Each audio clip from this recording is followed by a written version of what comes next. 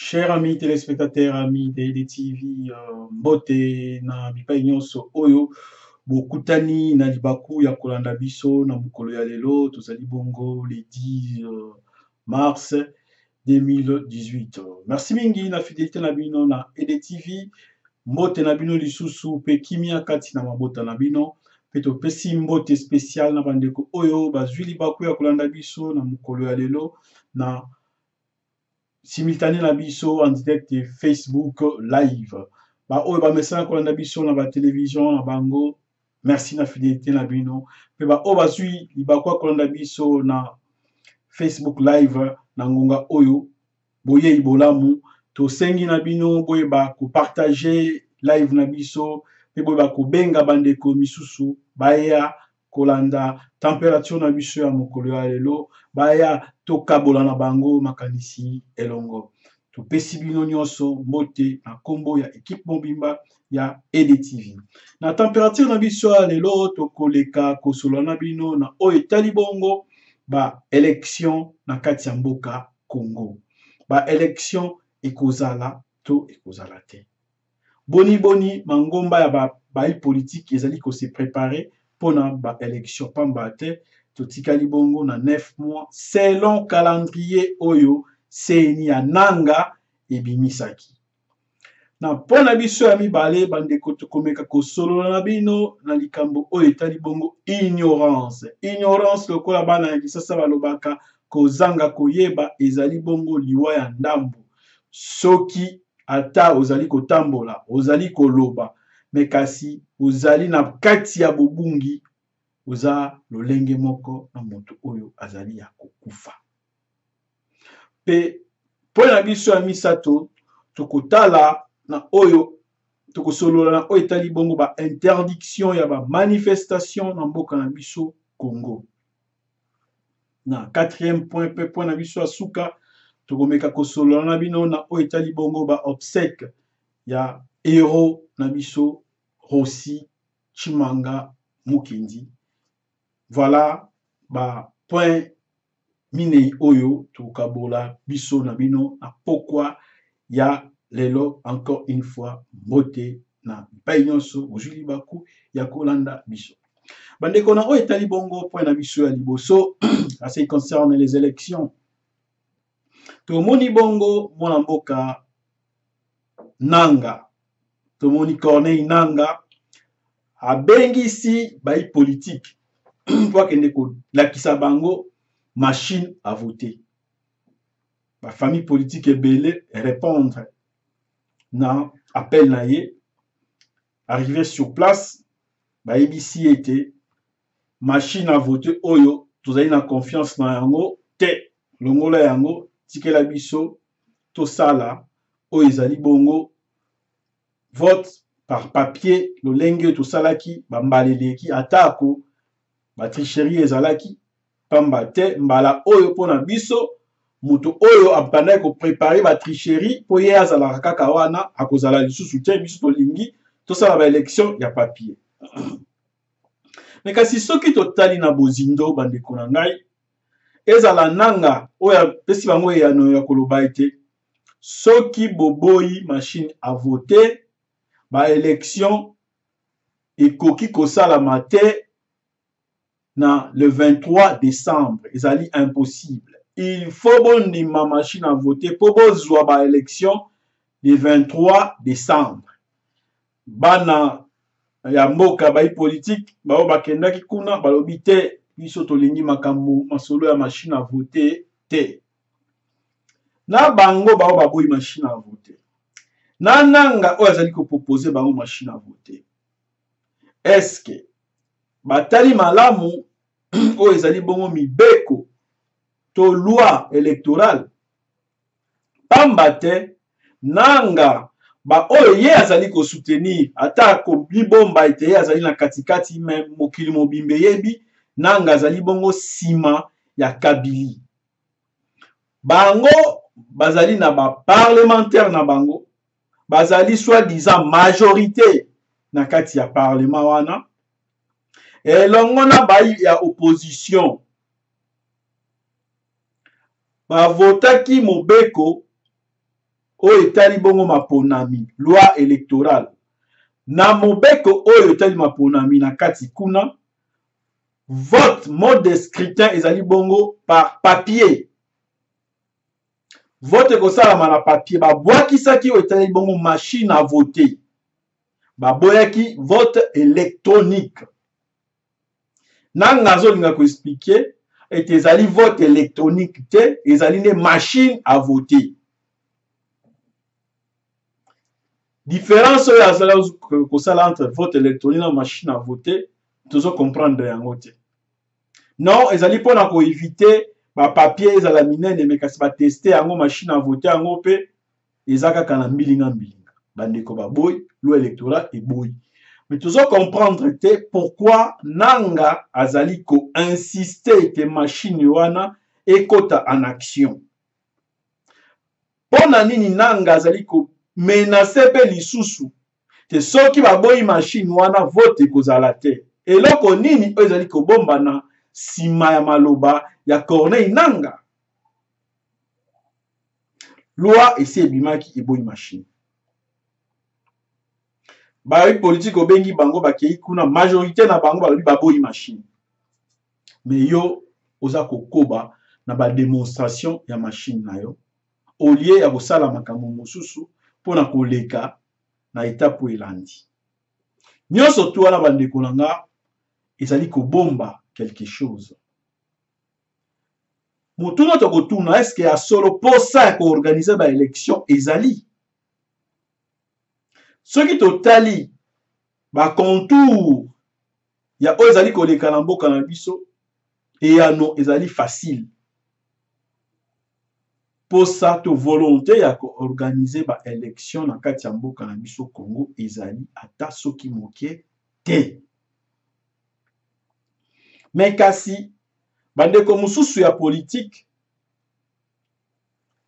oyo ya famille politique ya Kabila c'est normal ça fait partie ya méthode ya stratégie na bango oyo baza kotia en place baza komilengela visiblement mpona koorganize baélection bien que na famille politique wana kino mokolo ya lelo oyo akozala bongo mokitani ya Joseph Kabila ayebani nanu te à 9 mois ya date oyo esengeli maponami esala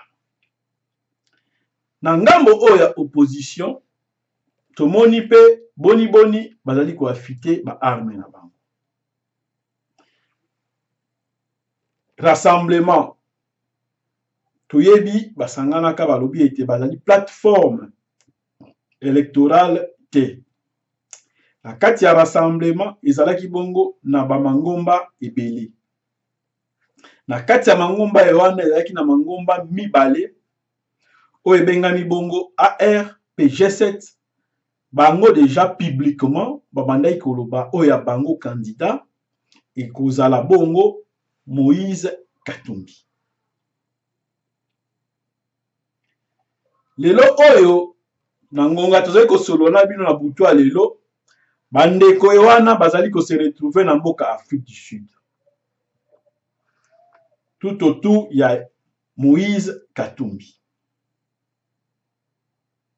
toyebi te soki mpe Moïse Katumbi na Belgique awa to na France to na Angleterre to bipai oyo azalaki soki mpe bapesi ye mokanda ya ngunda oyo permettre azwa passeport ya baréfugie mpo abima secteur oyo azalaka akoma na Afrique du Sud pamba te tomonaki na mikolo eleki akendaki kosala démarche ya kosenga passeport baboyelaki ye et en plus toyebi ete passeport oyo ye azalaki na yango na maboko passeport wana gouvernement oyo ezali kodirige mboka par défi esi anime bapasseport wana eza sous valable te depuis mois ya janvier mais toyebi te lolenge nini mwana mboka Moïse Katumbi a se retrouvé na Afrique du Sud peut-être bapesi ye passeport ya baréfugie Moïse Katumbi na ngonga oyo azali bongo réfugié politique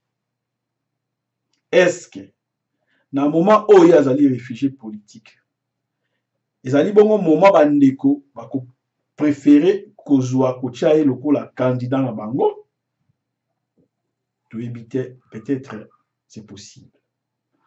Bakeikuna kusolola. Tout autour, il y a Moïse pour la plébisciter le candidat, il y a l'ingomba na bango pe nyonso ezali komona na été bakosala lingomba mo peut-être na maloba oyo uti koleka tolandaki papa na biso ewanga na lingomba na bango ya AR elongo na ndeko Denis Sanga alobaki bango na lipasa na bango G7 peut-être bakei babuma AR babuma G7 basala eloko moko ya ensemble oyo ekozala susu na kombo ya G7 te na kombo AR te bapesa yango kombo ya sika tango mosusu ba adhérent mosusu pe bakoya babakisa miwana mais kasi motuna oyo tozali kotuna en faisant ça rassemblement et que continue toujours coexister soki babomi AR babomi G7 oyo bazali ba adhérent officiel na kati ya rassemblement bako continuer to bakosala adhésion ya mouvement na bango ya sika na kati ya rassemblement to pe bakomi longola na kati ya rassemblement. Seule histoire nde ekopesa biso raison to tort to l'histoire yango nde éclairer biso na mikolo oyo ezali koya. Na oyo etali bongo ngambo ya UDPS tozali komona pe UDPS azali komilengela na oyo etali bongo maponami. Na sens nini tomonaki ba représentant ya UDPS bakendaki pe ko répondre na invitation ya nanga. Toza komona pe lisusu UDPS azali kolengela congrès extraordinaire oyo kozala kaka na point moko point yango nini remplacement ya président Etienne Tshisekedi wa Mulumba. Logique oyo wako remplacer président Etienne oyo akobima mongo président ya UDPS ye wana pende moto akozala bongo candidat na élection présidentielle nationale, c'est-à-dire la République démocratique du Congo. Voilà, bango pe, bango wana bazali kolenga ni koleza koya, kalate tozwa date, ya congrès, ya UDPS, ipa iwapi, bako pona président, ya parti, pe, peut-être ko investir yé à l'occasion, candidat na bango, na élection présidentielle. Soki tozui maponami yango. Soki to arrivé kozwa ba élection. Voilà oyo etali bongo na ngambo ya opposition bango baza komilengela. Na ngambo etali ya famille politique ya Kabila. Bango pe batikali sima te.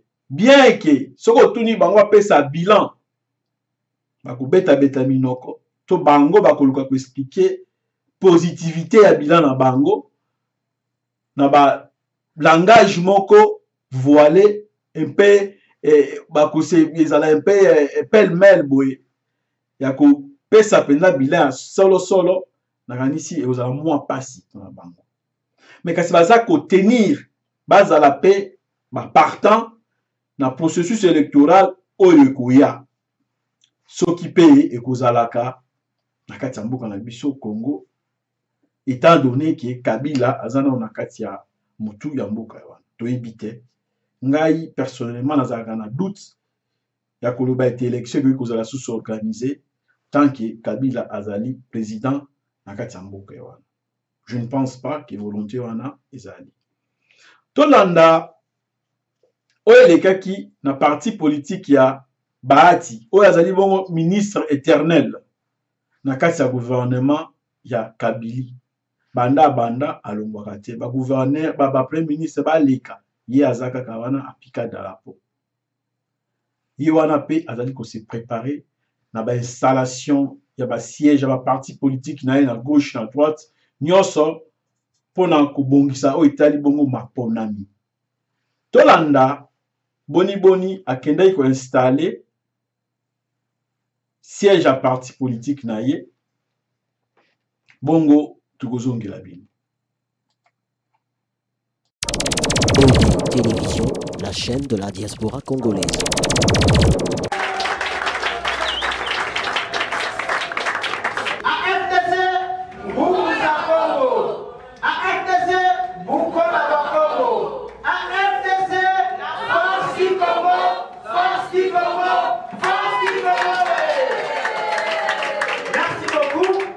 AFDC, force Congo, force Congo, force Congo. Merci beaucoup, chers camarades. Asseyez-vous. C'est un grand plaisir de me retrouver parmi vous aujourd'hui. Je dois m'excuser, je sais que vous êtes là depuis le matin, mais moi-même j'ai commencé à travailler depuis 6 heures. Je n'ai pas encore une minute de repos. Et je prépare d'ailleurs un voyage ce soir. On a eu beaucoup de réunions et donc je vous prie donc de m'excuser pour ce retard. Mais comme je le dis toujours, si on veut aller loin, il faut également intégrer la patience. Il faut toujours être patient, il ne faut jamais être pressé dans la vie. Faire les choses correctement, proprement, chaque chose à son temps. Et donc, je voudrais vous remercier, monsieur le coordonnateur, ainsi que toute l'équipe, pour m'avoir permis d'arriver ici. Vous avez fait un choix, un siège bien situé, et je souhaite que vraiment le rayonnement de notre parti AFDC puisse partir d'ici. C'est vrai que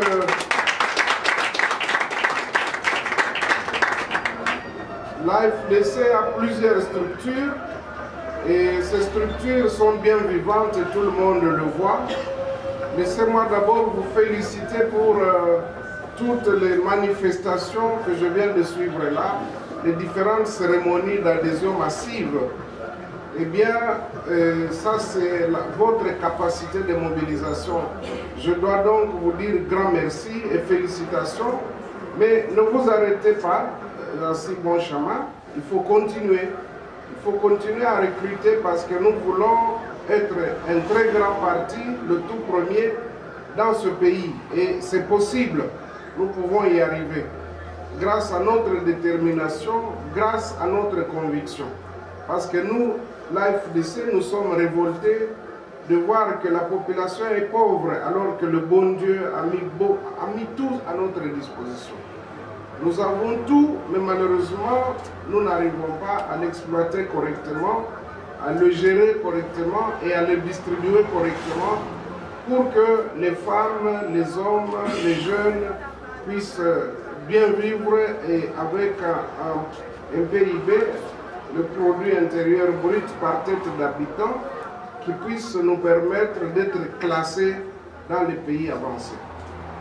Permettez-moi, nous sommes toujours au mois de mai, nous sommes au lendemain du 8 mars, que je puisse présenter bonne fête à toutes les femmes, à toutes les jeunes filles.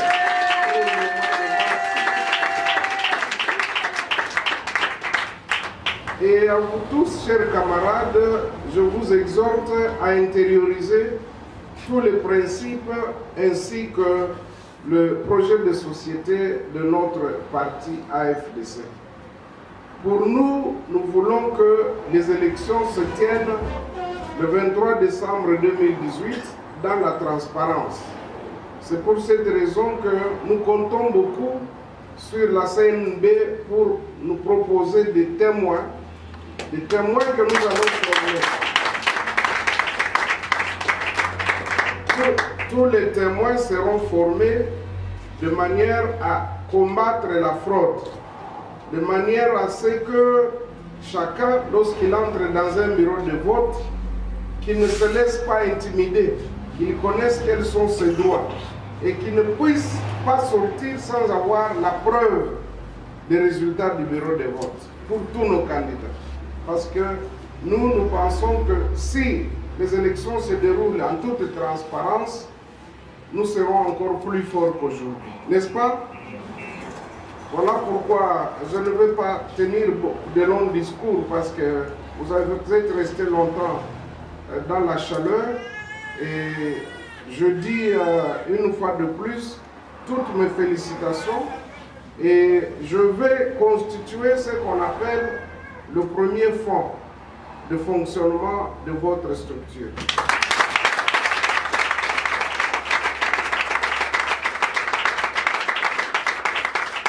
Cela vous permettra de fonctionner quand il y a des problèmes de transport, problèmes de papiers à acheter, de communication. Cela va vous aiguiller pour que vous puissiez aussi, à ceux qui peuvent le faire, de continuer à contribuer parce qu'une structure ne peut pas exister s'il n'y a pas de cotisation. Ça c'est clair. Mais je dois donner l'exemple en tant que premier initiateur. Voilà pourquoi je vous souhaite en tout cas bien de bonnes choses et je vous cède le micro. Merci beaucoup.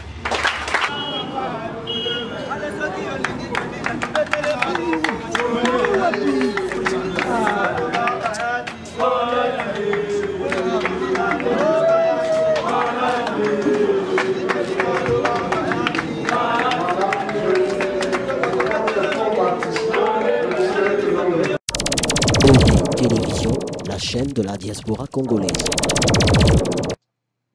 Voilà, bandeko nakanisi tolandi biso nyonso na bokebi.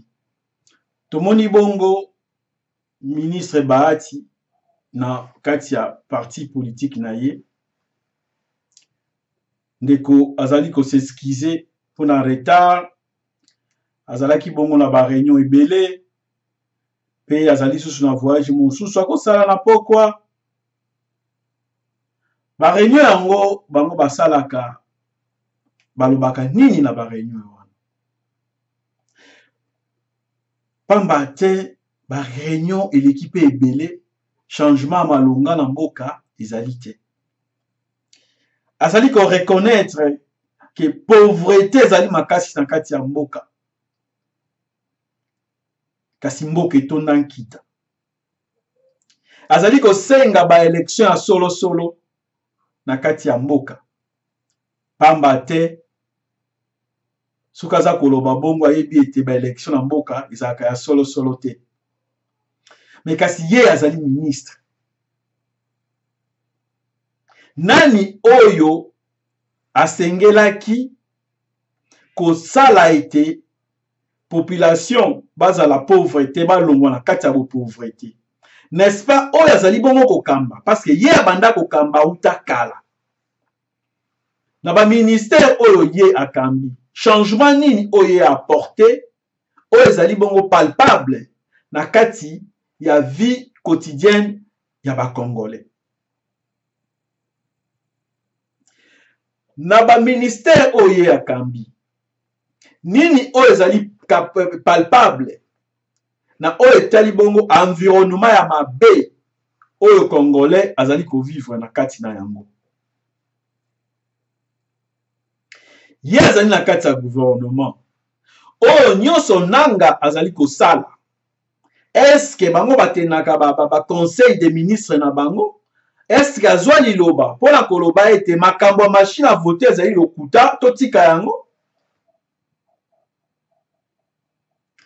Ba discours ekomi ya lolenge wana pamba te bazali kokosa population peuple congolais na kati ya mboka kuna baza kokabela bango lokuta po bayebi ete soki balobi bosolo ezala mabota na bango, ezala bana quartier, ezala bana ya balabala, ba voisin, babokilo bisiko bakenda kobala, nakanisi bakobaye bango. Pe mingi même bana quartier mingi babaya bango. Okomona ba bayaka mingi lo lengo to moni wana ezali mingi kaka pamba te ba pesi eloko songolo to pakala baza koya pona nzala oya reconnaître wana ba yepo ba lukeloko moko ba meka kolia. Voilà ndenge mboka ezali kotambola bango wana baza ko se préparer pour bakende ba élection avec quel bilan to éviter Congolais yemoko nde ako yeba ko juger bango. Soki tozali ko répéter élection à solo et ko salama na kati ya mboka na biso Congo. Voilà, et ko permettre biso to leka sikoyo na oyo etali bongo oyo tolobaki ignorance. Pourquoi est-ce sengi lelo oyo to solo na bino na oyo etali bongo ignorance? Pamba te équipe AED-TV ekende ki bongo na babalabala pona komeka kosala mwa micro baladere moko kotuna bandeko na oyo etali bongo actualité. Tokutani na ndeko moko oyo azali komibenga bongo pasteur mosali na Nzambe. Équipe AED-TV solo inaye kasi maloba oyo abimisi epesi biso likanisi ya koyeba kosolola na bino na oyo etali bongo ignorance. Pourquoi? Pamba te na moment oyo tozali na yango tozali komona boni église, notamment l'église catholique, esili kozwa mokano ya kotelemela mabe eza kosala na mboka, kosenga ba Congolais batelema pona koloba stop na ba abinyo surtout na mégestion ezali koleka na mboka. Tomonaki pe bongo église protestante na monoko ya pasteur Ekofo lolenge nini alobelaki batu oyo bazali ko gérer Congo. Mais kasi koyoka ndeko oyo façon oyo ye azali kozwa makambo epesaki biso pasi yango tolobaki tokabola yango na bino. Yango pourquoi pe lelo oyo tosepelaki tozala bongo na simultané na Facebook pour permettre nombre mingi ya batu bayeba kolanda température na biso ya mokolo ya lelo. Bolanda ndeko oyo bongo tokozongela bino. Télévision, la chaîne de la diaspora congolaise. Bon, au moni moto déjà Nzambe s'est placé. Aza mutu moko o batosi batika parce que c'est totali na minute to na président na biso Kabila. Donc moto achaye eza Nzambe. Parce que c'est totali eza prophétie à prophète Simon Kimbangu. Malgré ngana za Kimbangi sese ya. Ngana za Kimbangi sese ngana za musali na Nzambe na église liloba na Nzambe. Biso totemela l'état te. Totemela l'état te parce que aza 4e président o Simon Kimbangu asakola. Le to na prophète na biso Konde na liloba. Ndenge Kimbangu azalaki abaki eza na président akoya 4e président des prophètes Joseph Kabila tozana e Nzambe ndate. Mais pourquoi toujours boye tout cela? Non, c'est pas bien. Toti kaya vanda Nzambe moko ayebi. Soki akolobaki o asala alongo azala eza volonté Nzambe. Afanda mandat na esili. Asali premier mandat, asali deuxième mandat, mandat esili. Afanda kaka na bokonzi. Bon. Biso mutu alobi binde mandat na ye esili. Mais Nzambe na likolo alobi eloko te. Biso tozotela Nzambe azo soutenir Joseph Kabila tikala kaka. Mais tant que na pouvoir déjà, il y a un na date kolongola na mukili, moi na musa ko bota malelo, mususu abota milelobi. Abota milelobi akufi. Nzamba ebi pourquoi tika mutava na une année 2 ans pe akoli akufi. Mais tout ça vient du ciel, eza volonté Nzambe. Eza homme de Dieu. Oui, naza serviteur de Dieu na église liloba na Nzambe. Vous allez pasteur na église liloba. Naza mosakoli na église liloba na Nzambe. Eza eza na la prophète Konde. Ah oui. Donc prophète Konde ndé visionnaire na bino. Tout à fait normal. Donc bino bozo soutenir président Joseph Kabila atika na pouvoir ata mandé sili. Non. Eza na acte que tozol bakeno ata mandé fili atika na pouvoir te. Parce que constitution amboke lobi ke osali mandat liboso babetelo maboko, osali mandat mi bale babetelo makolo, osali mandat mi sato constitution lobi te na mandat mi sato kokoma te. Sukaka na mandat liboso babetelo maboko, mandat mi bale babetelo makolo abu pia. Ce que tango bino boko lobake non atika na pouvoir, c'est que bino bozali ko soutenir Joseph Kabila atika na pouvoir. To lobi bisoté. Opposé nga question. Ngam nazo bimisa réponse. Réponse nangeza tozu ba carte électeur tozo ke na élection. Biso toza ba politicien té. toza ba politicien te mais biso nyonso toza kolanda église na nzambe na l'état batambolaka ndenge moko. Donc c'est mubatelemelaka mokonzi te. Mokonzi batelemelaka ite parce que na minute wana nda za na kiti nda za mokonzi. Toza na ba cadre lecteur tokoleka na élection. Na élection desko tokoyeba mais tokomikata te ke nzamba longoli to abakisi to. Na élection ba bi Joseph Kabila ko postuler te ndeko pasteur. Constitution telemeli et lui a postulé li sous-souté. Ndeko nangai. Na minute ndengo toza boy, tosambelaka na Bible. Na Bible, na constitution mboka, okopona nini? Mais ti tozotambola boye. Balobi liboso fo nzambe liboso. Bongo na nzambe na sima.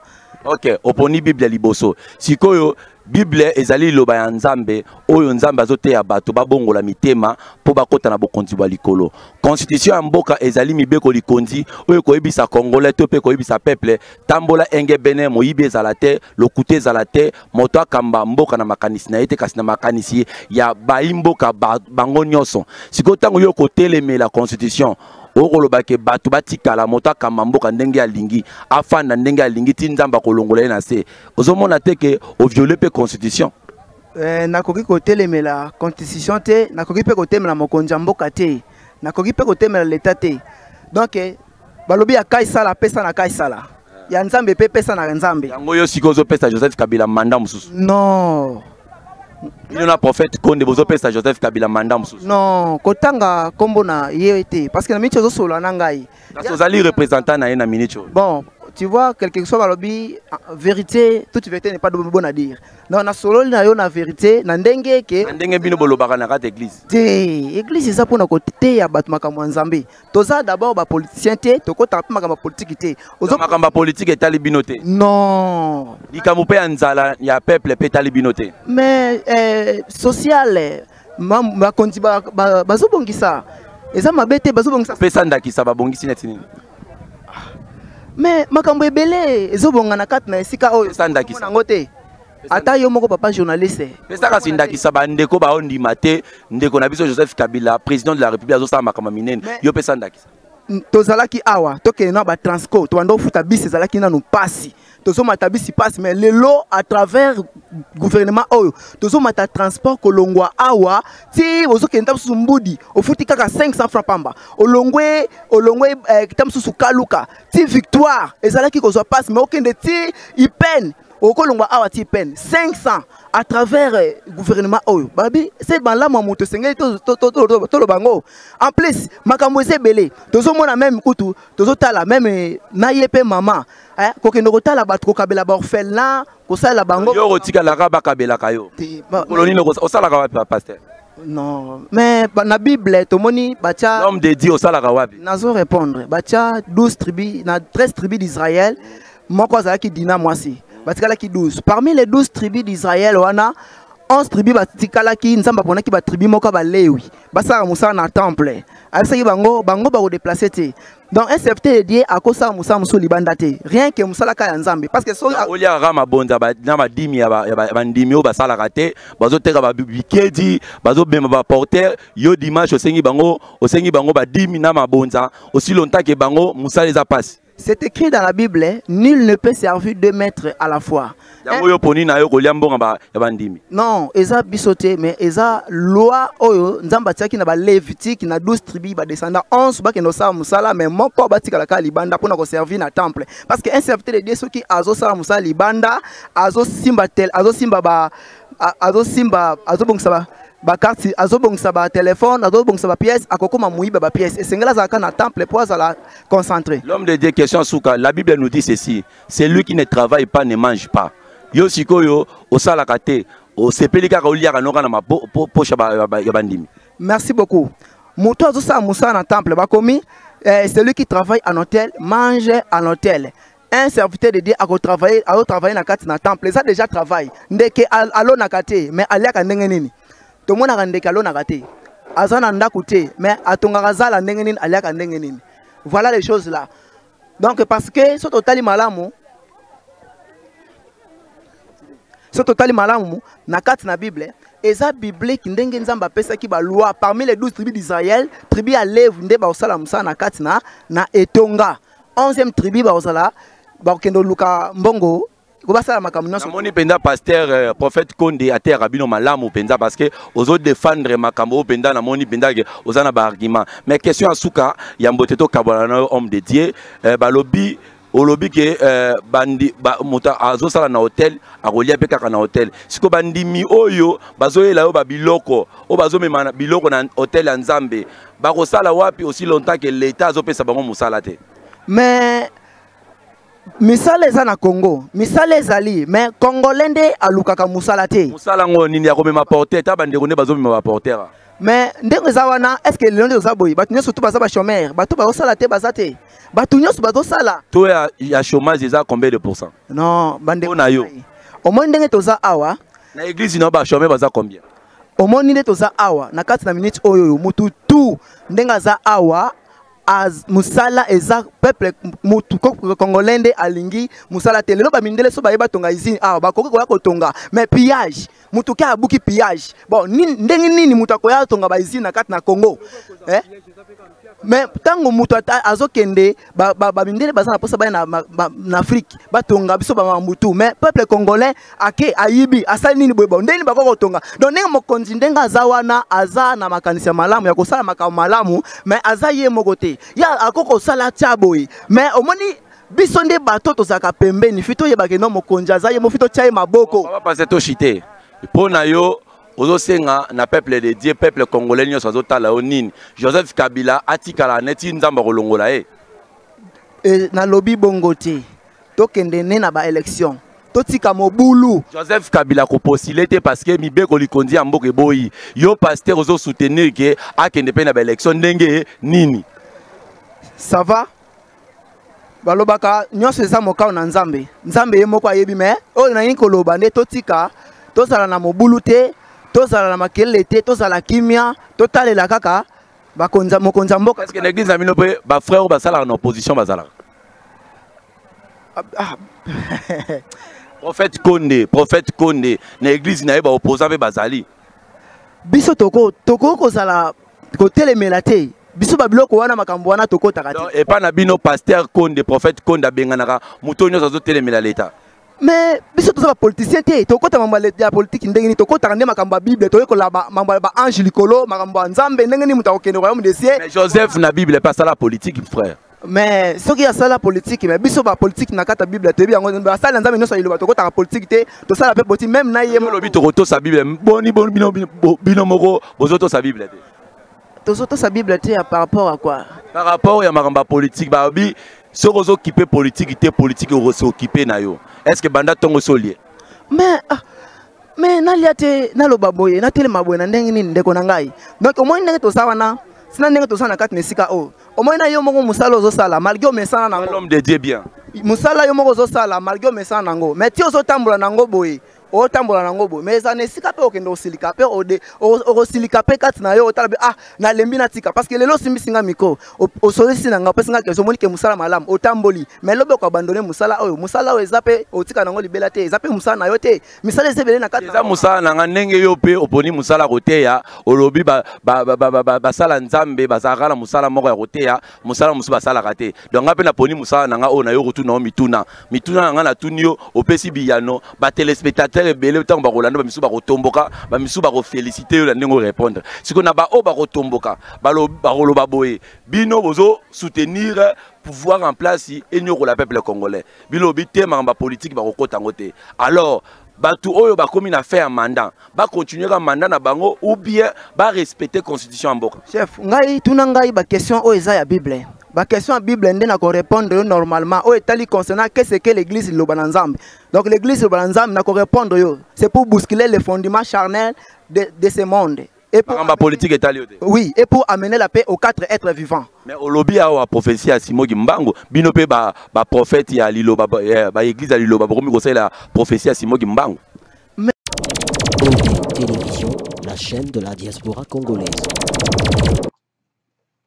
Voilà bandeko nakanisi biso nyonso tolandi oyo ndeko oyo azali komibenga mosali ya Nzambe abimisi na kati ya monoko na ye ezali pasi mingi na bambula oyo tozali na yango 21e, en plein 21e siècle, oyo, ezala na bandeko misusu, bazali ko se plonger na kati ya ignorance na lolenge wana.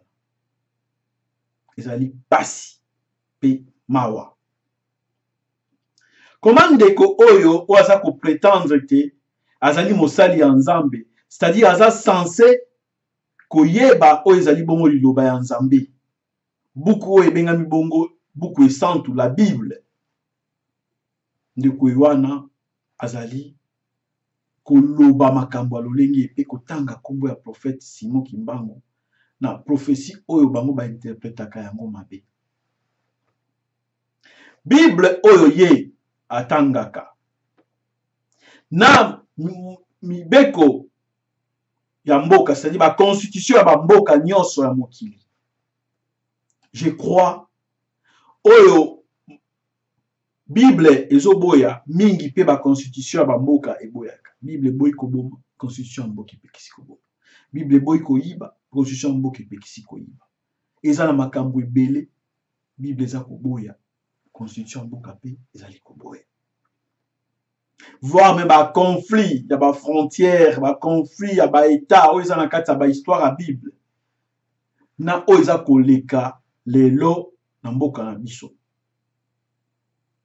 Yesu oyo biso ba Kristu tozali kolanda. Christianisme euti na kombo ya Kristu.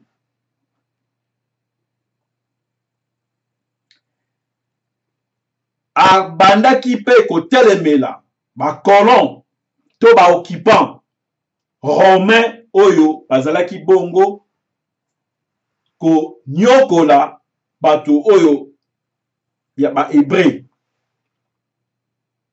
Atelemelaka pe bango.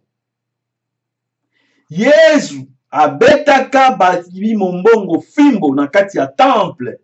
Pamba te alobaka na bango bakoki kosuye endroit yoana te ezali sika oyo ezali pona kosambela. Abetaka bango fimbo na maboko na ye moko. Kasi boni biso ba oto tozali bana na Nzambe. Tozali basali na Nzambe. Tokoki kotika moto moko tozomona lolenge nini azali koboma, lolenge nini azali kodétruire mboka na biso, tozali kotika ye au nom ya liloba ya Nzambe. Au nom ya Nzambe pona koloba tokoki ko juger basali ya bakambi ya mboka te. Quelle ignorance! Quelle ignorance! Comment tokoki kozala ba ignorant tina ba niveau ya lolenge?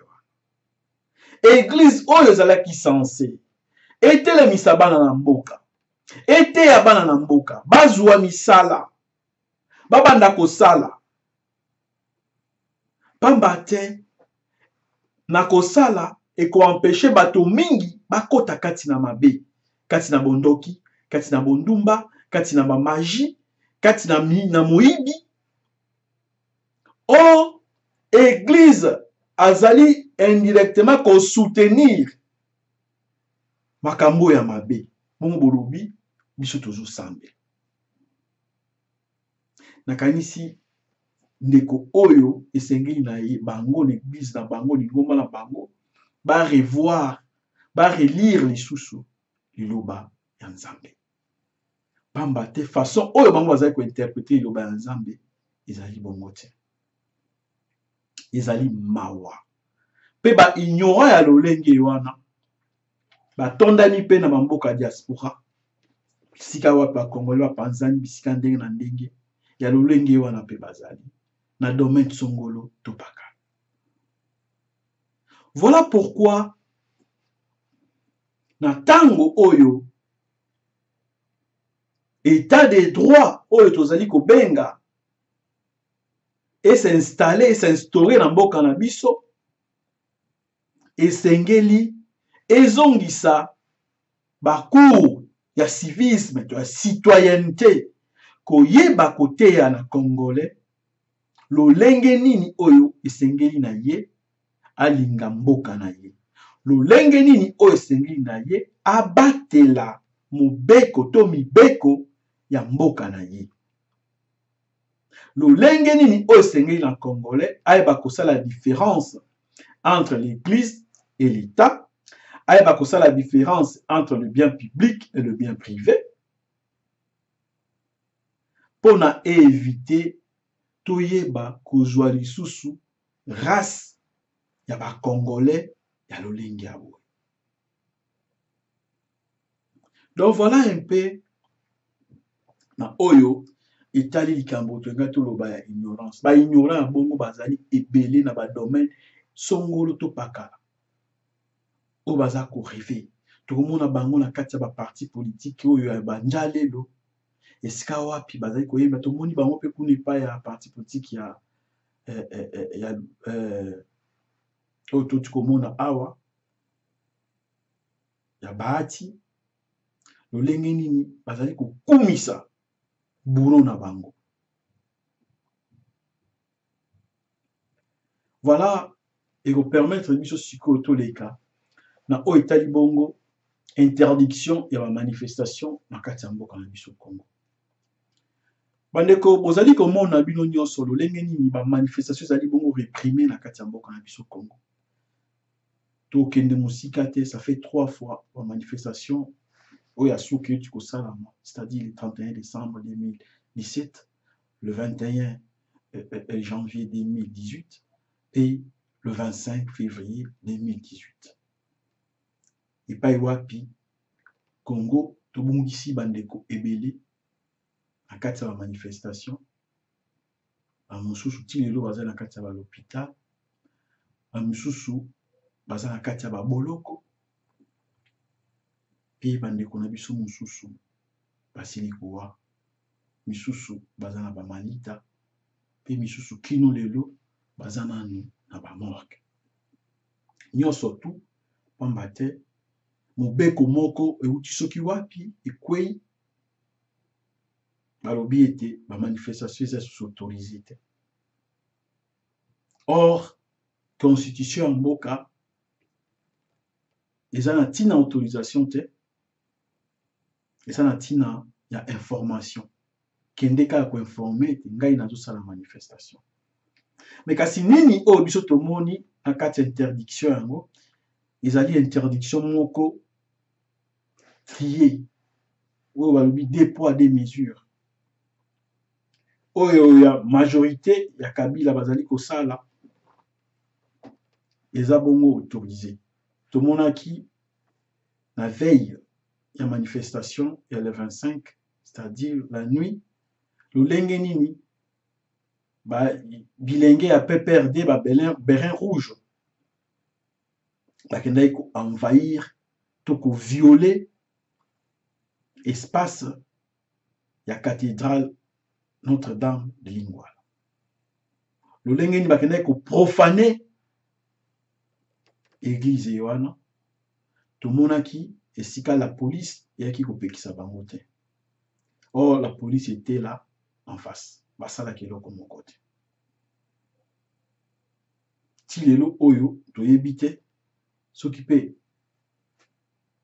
interpellation moko esalama eyebani te. Après tosutwaka ba bêtise ekomo bima ebele na ba réseaux sociaux ya ba oyo bandaki koprétendre ba jeune leader nzokande na nsima yango ebomba makambo mosusu oyo bino nyonso bomonaki. Le 8 mars ezalaki bongo journée internationale ya droit ya ba mama, droit de la femme.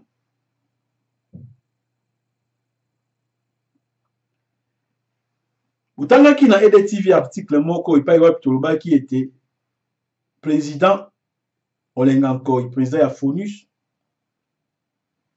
oyo akanisaka te ye nde azali bongo président ya Sensa oyo eza ata na mobeko moko te, loi moko te oyo eza promulgué mpona kocréer Sensa. Ye azalaka na mutu ya eloko oyo babengi Sensa wana oyo ezanga budget. Abandaki kokabola bamaputa. Tokanisaki esuki wana non et ceux qui ont été organiser manifestation pacifique. Balati ba maputa. Ba mama ba uti ba ndenge na ndenge likola kozanga. Ba su ba maputa. Ba bisi ba mo condition ba ya kotambola. Batamboli na mawa sozoka banzimba za koyemba tala ndenge ya latisi ngai. Tala ndenge olenga alatisi ngai. Liputa, pièce à liputa, moko. Tala ndenge alatisi ngai. Manifestation esalami pacifiquement. Babandi yango, ti basukisi yango, bapanzani. Tomoni ni gaz lacrymogène, ni ngondo ya la police, et pas de tirs, ni de sommations, ni à bout portant. La salle manifestation, la ici, la panzani. Est-ce que, Owana, ils allaient manifestation, oui ou non? Est-ce que différence nini entre oyo ba mama ya tala ndenge ya latisi ngai basali na ba manifestation oyo bato bazali kotambola na croix na maboko chapelet puis la Bible okende koyemba o kembo kembo kembo alléluia, différence nini? Pourquoi ya bango boutique yango et salami dans le calme, et l'autre manifestation oyo église ezali ko benga vous allez ko réprimer yango avec violence oyo ke même ba groupe rebelle oyo baza installé na kati ya mboka na biso basibisaka yango te. Quelquefois, oyo ba Congolais bazwaka conscience, ba ko réprimer ba rébellion oyo za kati ya mboka na biso, toyebi sort nini oyo ezalaka réservé pour na bango. Buja Mabe azali wapi? Mamadou Ndala azali wapi? Pamba te ba telemeni ba simbi mandoki bazali ko attaquer Congo, baza ko boma ba Congolais.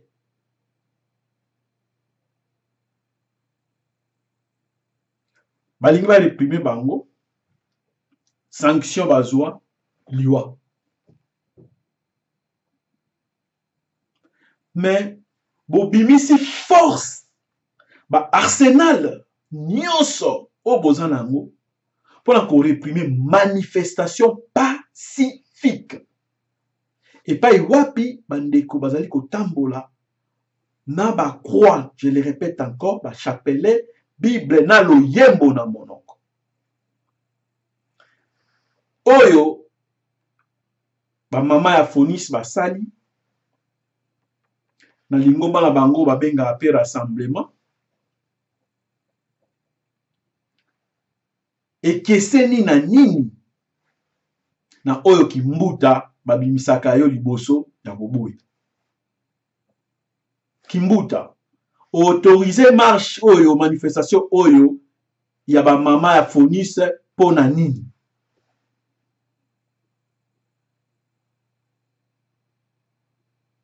Pourquoi? Raison ezali nini?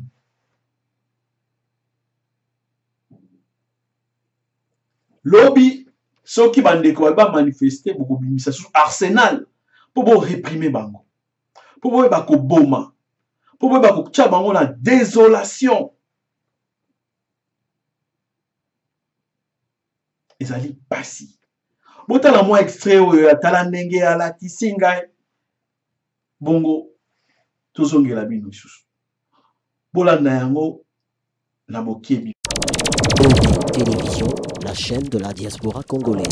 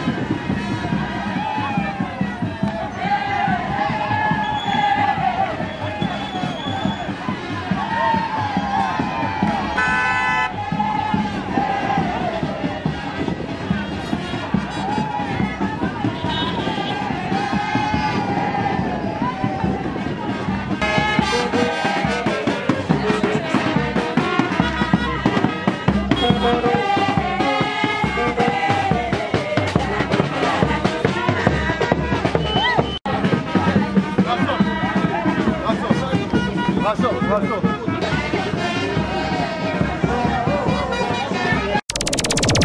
Télévision, la chaîne de la diaspora congolaise.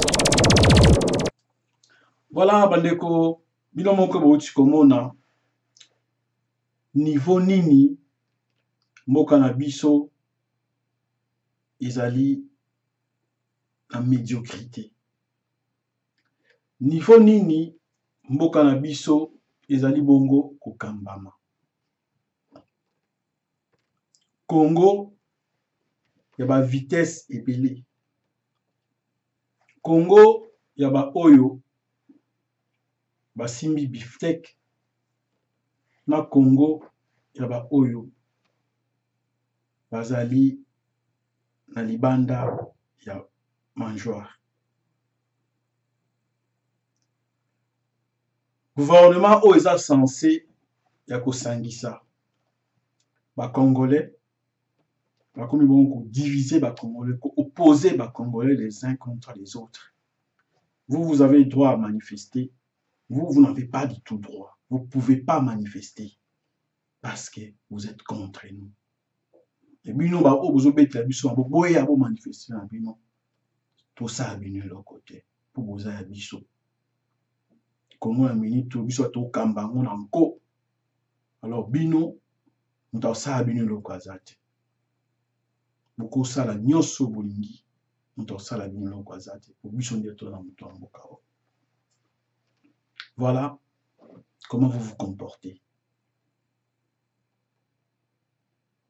Ma maman Oyo,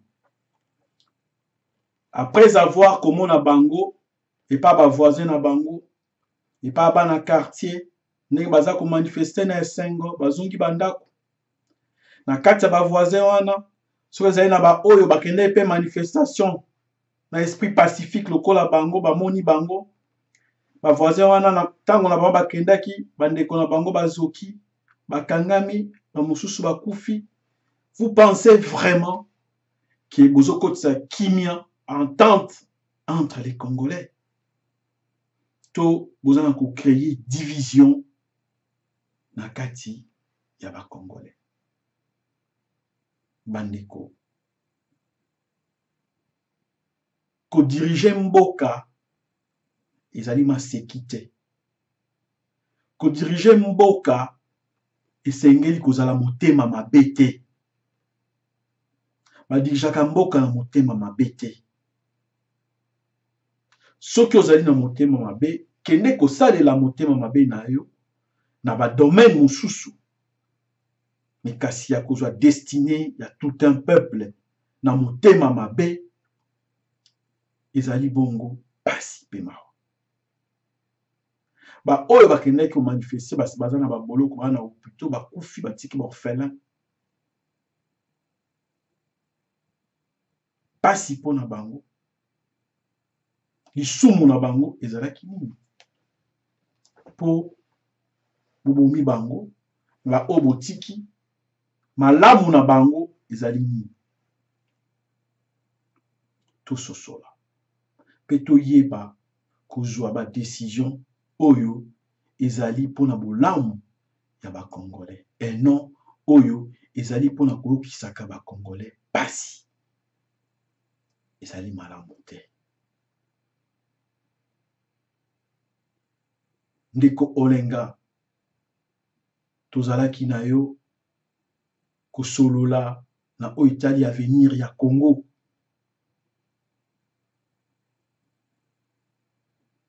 Est-ce que okanisi penza na oyo ozali kosala avenir ya Congo ezali garanti to avenir ya libota na yo nde moto ezali garanti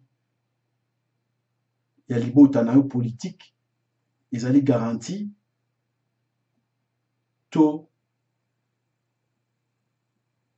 ba Congolais nyonso bazwi kimia. Ce n'est pas ça les combats oyo dominaki pour l'instauration de l'état de droit. Ce n'était pas pour avoir ça. Ce n'était pas ça. C'était pour autre chose.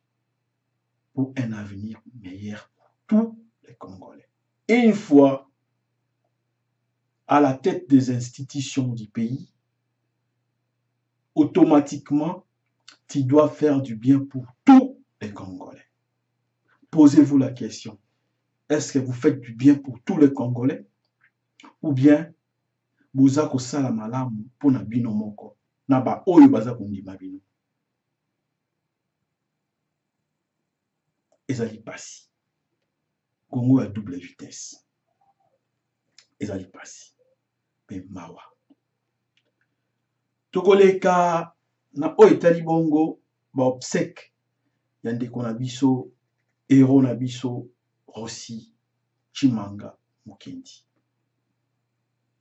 Aoti kokufa po ya kendaki pe marche pacifique, to monde nga kufi en live sans eloko na loboko, ata libanga te na loboko na kaka mouchoir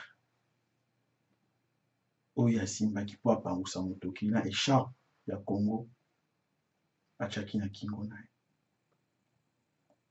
Olenge moko na majorité ba mama otomoni wana. Je n'ai rien contre ces pauvres mamans.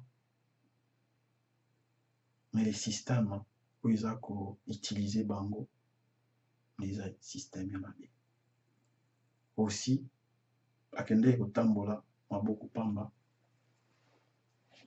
Ceux qui va camérer zala quitté, bainga ba loba aussi akende kopier bakanga ki la beti masasi azobuka magasin ainsi de suite. Mais et ça l'a mis sur le monde entier.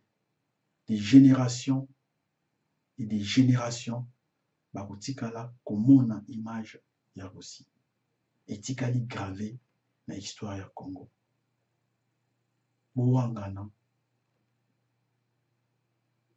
attendez nini mais kasi les images les a prouvé yango comment moi mobali oyo akufi maboko pamba.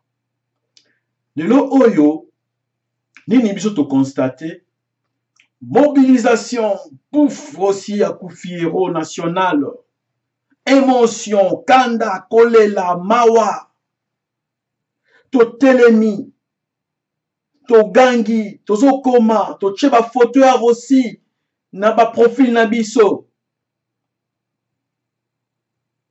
to mi pesi ba combo, to sali ba organisation, pour na kosa ba cotisation. To bimisi ba bien nyonso toza kosala pona Rossi nyonso tozo lakisa ngo en public pona transparence. Mawa toza kolela toza kosilika. Au fond oyo kokai kosalama eza kosalama kaka te. Tozo tikala na ba manifestation intérieur. Ba émotion na biso nyonso tout ça ko étaler yango na ba réseaux sociaux kaka na sima ya ba caméra. Entre-temps ba oyo bazali ko kamba biso ba yebi lo lenge nini biso to fonctionnaka bango baza ko préparer plan na bango pona koyeba ete tozela bango bato ba émotion na bango ekokita bakobosa na ke Rossi akufaki en live bakobosa na ke Rossi akufaki maboko pamba kende kotambola pona koluka kimia. C'est à ce moment là to ko libérer corps ba kende kokundango na kimia nyonso to koma ko senga permission et pas ya ba bourreau na biso poto sala eloko songolo to pakala. Tozonzela ba bourreau na biso bato abomi Rossi ba remettre biso corps ya Rossi na kimia nyonso bongo to kende kokunda. Soki ba ko retenir yango pendant 1 an biso pe to kanga maboko tozozela bango pendant 1 an. Soki mokolo oyo motema na bango ko sepela ba libérer corps ya Rossi biso pe to yambi yango to ke entre temps ba émotion na biso ba colère na biso nyonso tout wana ba frustration na biso nyonso et si esilaki. Ils sont en train de nous autoriser à faire des activités. Il y a Mike de gauche à droite, ça messe à requiem pour Rossi, to limisi nzembo pour Rossi, batiki bino boyoki yango, batiki bino bosali messe na bino, kanda na bino za ko diminuer, bokei na famille ya Rossi batiki bino botokangi ba photo to publier. Après kanda nyonso tango ekokita ba libéré toke kokunda Rossi comme si rien n'était. Comme si Rossi akufi na malaria. Comme si Rossi akufi po na kobatela mwana na ye, mwasi na ye, tata na ye, mama na ye, yaya na ye, toleki na ye, tonoko na ye, tonani na ye. Or, Rossi akufi po na Congo mobimba. C'est-à-dire, Rossi est mort pour les Congolais. Rossi est mort pour rendre la dignité au peuple congolais. Rossi est mort pour l'instauration d'un état de droit au Congo. Rossi est mort pour l'indépendance du Congo. Rossi est mort pour dire non à la mauvaise gestion qui règne au Congo. Rossi est mort pour dire non na ba succession ba dictature oyo eza koleka na Congo. On n'avait pas besoin ya kozela tamula nyonso tu oyo pona toyeba kotelema lisusu makasi pona kotomboka na lolenge oyo Rossi akufi en live. Mokili mobimbe moni ndenge ni mwana mobali azali kokufa, ndenge ni azali kokata moto. Congolais nini oyo azali na ba grande ville akotombola Mosapi te amoni ndenge Rossi azali kokufa, azali amoni yango te. Mais nini Congolais azali kozela pona ba kotomboka une fois pour toutes, pour dire stop.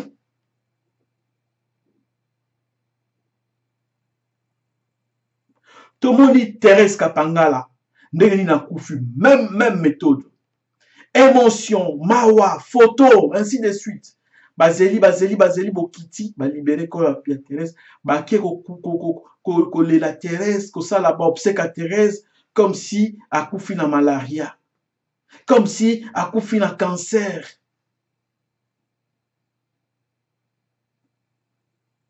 Bato pe akotanga na kati ya église kuna na kitambo. Lokola te Thérèse akufeli libota na ye. Or Thérèse akufeli ba Congolais nyonso. Ti wapi tokobanda kozelaka kosenga permission epai ya bato oyo bazali kosala biso mabe. Ti wapi tokobanda kobondelaka bango po ba autoriser biso tokunda bao bango bazali koboma. Eza kopesa pasi. Tosali ba cotisation, toyokeli libota mawa, toleli na bana ya Rossi, na mwasi ya Rossi, na papa ya Rossi. Mais ezali suffisant te. Rossi n'est pas mort pour ça.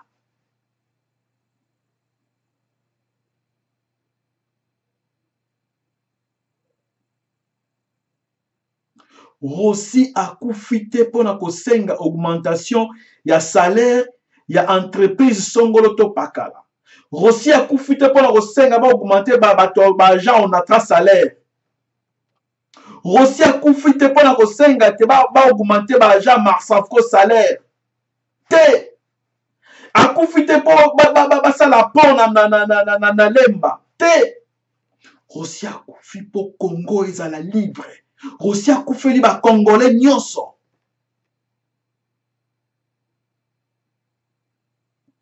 Bato wana bayebi stratégie na biso, bayebi façon evangeli na biso, baetidia biso.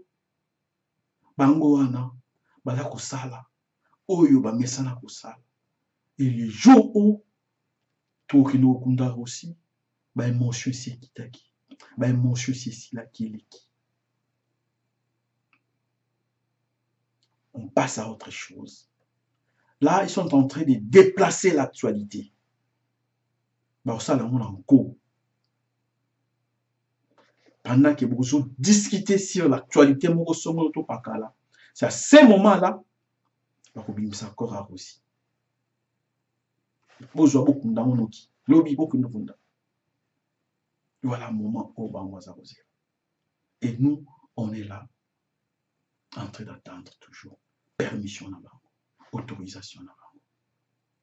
C'est comme si aussi il y a indigent au qui là, bango, babimisa cercueil à l'État, bapesa libulu à l'État, bon ba ndokunda aussi comme ça indigent ana moyete ba ndokunda toujours là l'État ou a bomaki akunda bandeko, nous devons changer notre façon d'agir.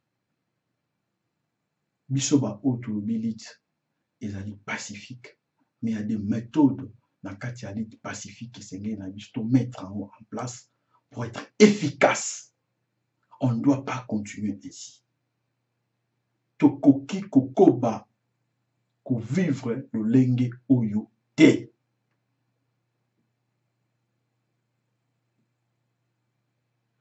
Naba mboka mususu Rossi esengeli azala moto ya suka oyo régime oyo ekoboma na lolenge wana. Rossi il fallait azala oyo epai wapi congolais à côté les mains jusqu'au finish.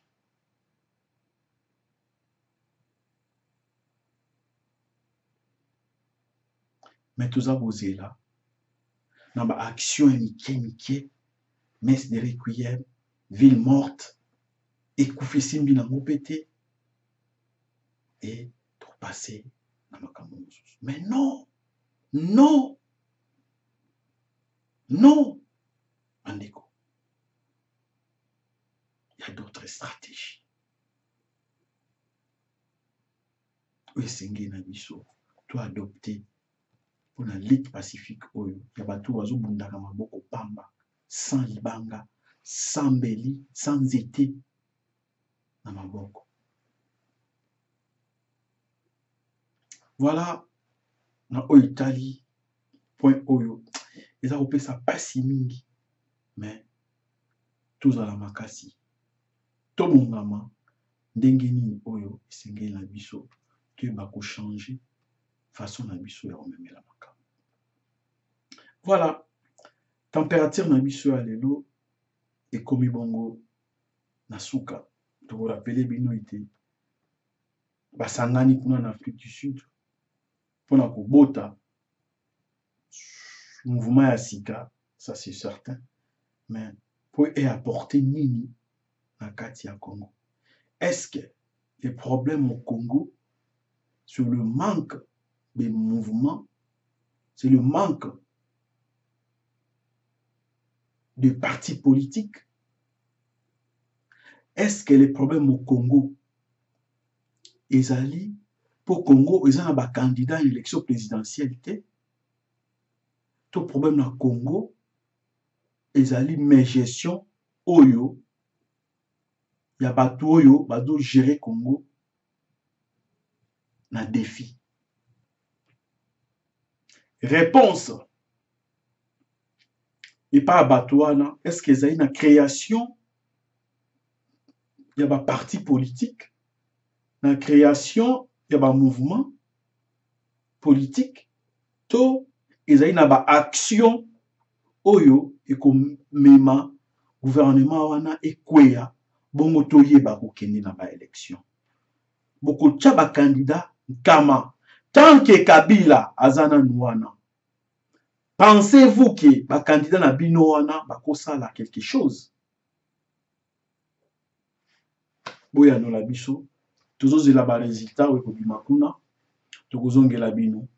Mbote mingi na bandeko nyonso balandi biso, spécialement la bandeko balandi biso na kati ya mboka Japon. Et dit mbote na yo na ba professeur na ngai nyonso oyo ya Japon. Topesi bino mbote. Et puis, nakanisi et dit, tokozala na ye awa na conclave monene oyo kosalama na Belgique, je crois représentant ya Japon akozanga te akozala. Et bandeko na biso à Suède tozali koya po tosolola to partager na bino na o Italie makambo ya mboka na biso Congo tokozala na bino kuna na bamilulu oyo bolengeli na kati ya bamasuwa mpe bamilulu mosusu ekosalama na kati ya Suède tokozala na bino na mikolo ezali koya napesi bino nyonso mbote. Papirok Pampangi mbote na yo tozoya tokosolola bongo sur place botika malamu na ba oyo balandi biso na live na biso Facebook. Au revoir. Na ba oyo baza na télévision bo zapete ba programme ya EDTV ezali bongo kokoba. Ba oyo pe baza na ba décodeur na biso te babenga biso na ba numéro oyo defilaka wana bazwa ba renseignement lolenge nini esengeli na bango baza na ba décodeur po balandaka biso régulièrement. Merci mingi na ba oyo pe bakozwa libako kolanda biso na ba rediffusion na nzela ya YouTube to na nzela ya ba Facebook mbote na bino. Merci na ndenge bolandi biso na kimia nyonso botika malamu na kombo ekiponi ba EDTV. Merci et à la prochaine avec le même plaisir. Merci. Télévision, la chaîne de la diaspora congolaise.